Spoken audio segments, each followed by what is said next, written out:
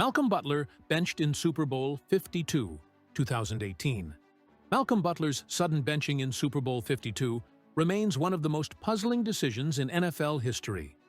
Just 3 years earlier, he secured the Patriots' victory with a legendary goal-line interception. He had been a full-time starter all season, yet in the biggest game of the year, he didn't play a single defensive snap. There was no injury, no prior warning, just Butler standing on the sideline with tears in his eyes. Coach Belichick offered no clear explanation, only fueling rumors and controversy. To this day, fans still question what really happened behind closed doors. Thurman Thomas's missing helmet in Super Bowl 26, 1992. In one of the strangest Super Bowl moments ever, Bills MVP Thurman Thomas missed the opening play of Super Bowl 26 because his helmet was missing.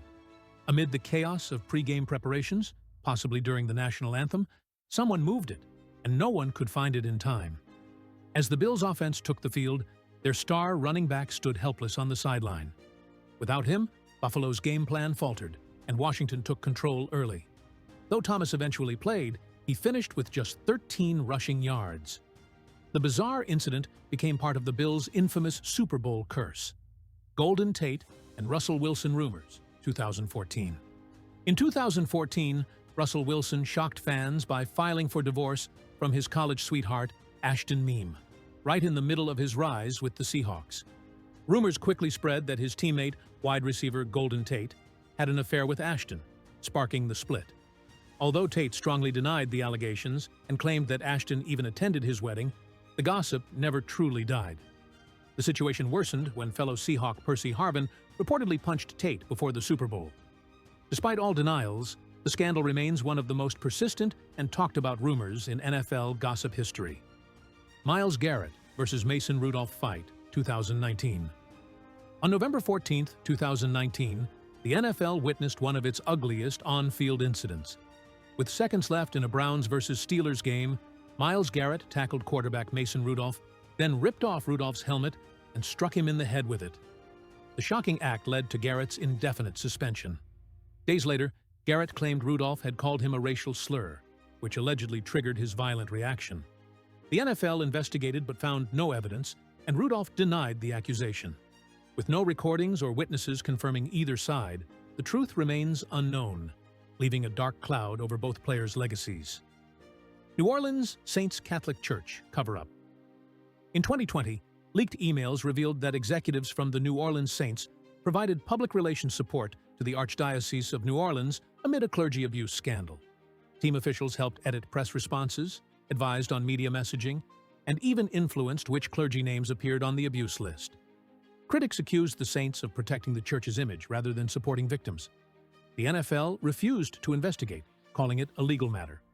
In 2025, further emails were released, exposing deeper ties between Saints leadership, church officials, and local judges, raising disturbing questions about morality, influence, and accountability in pro football. Dan Snyder front office scandal. For over 2 decades, Dan Snyder ran the Washington Commanders amid widespread allegations of workplace misconduct, harassment, and even secret surveillance. Dozens of former employees and cheerleaders came forward with disturbing claims. The NFL launched an internal investigation, but instead of releasing a full report, Commissioner Roger Goodell delivered only a verbal summary. No documents, no transparency.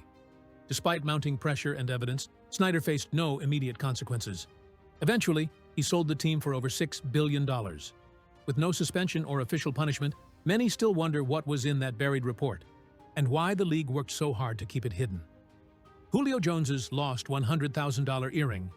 In July 2017, star wide receiver Julio Jones was jet skiing on Georgia's Lake Lanier when his $100,000 diamond earring suddenly flew off and sank into the water. Rather than panic, Jones calmly hired a team of professional scuba divers to search the lake bed, 65 feet deep and murky. After hours of searching, they found nothing. When asked by reporters if he was upset, Jones simply replied that the earring was insured. Though it became a lighthearted headline, the incident added to Lake Lanier's eerie reputation, and the earring remains lost beneath its waters to this day. Josh McDaniels, backing out of Colts. Head coach job, 2018. In one of the strangest coaching moves in NFL history, Josh McDaniels accepted the head coaching job with the Indianapolis Colts in 2018, only to back out just hours before his introductory press conference. The Colts had already announced the hire, and staff were preparing for his arrival. Then, suddenly, McDaniels changed his mind and returned to the Patriots without explanation. Rumors suggested family concerns or a secret promise from Bill Belichick to succeed him. The Colts were blindsided, but eventually hired Frank Reich. McDaniels never publicly explained his decision, leaving fans and analysts baffled to this day. Peyton Manning HGH allegations, 2015. In 2015, an Al Jazeera investigation claimed that human growth hormone, HGH, was shipped to Peyton Manning's home under his wife Ashley's name during his 2011 recovery from neck surgery. The implication: Manning may have used performance-enhancing drugs while avoiding detection by using his wife's identity.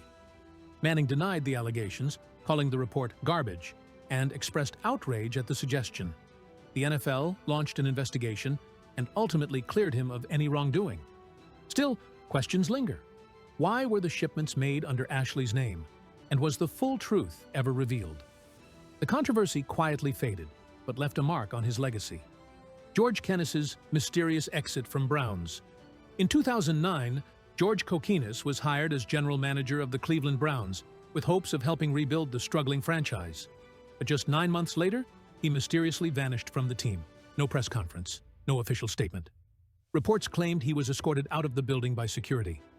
The Browns later stated he never officially signed his GM contract, allowing them to avoid paying the remainder of his salary. Rumors of power struggles, clashes with head coach Eric Mangini, and even bizarre behavior, like allegedly defecating on the owner's desk, circulated. To this day, no clear explanation has ever been given. 2014 Lions vs. Cowboys picked up penalty flag. In the 2014 NFC wildcard game between the Detroit Lions and Dallas Cowboys, a pivotal moment sparked lasting controversy.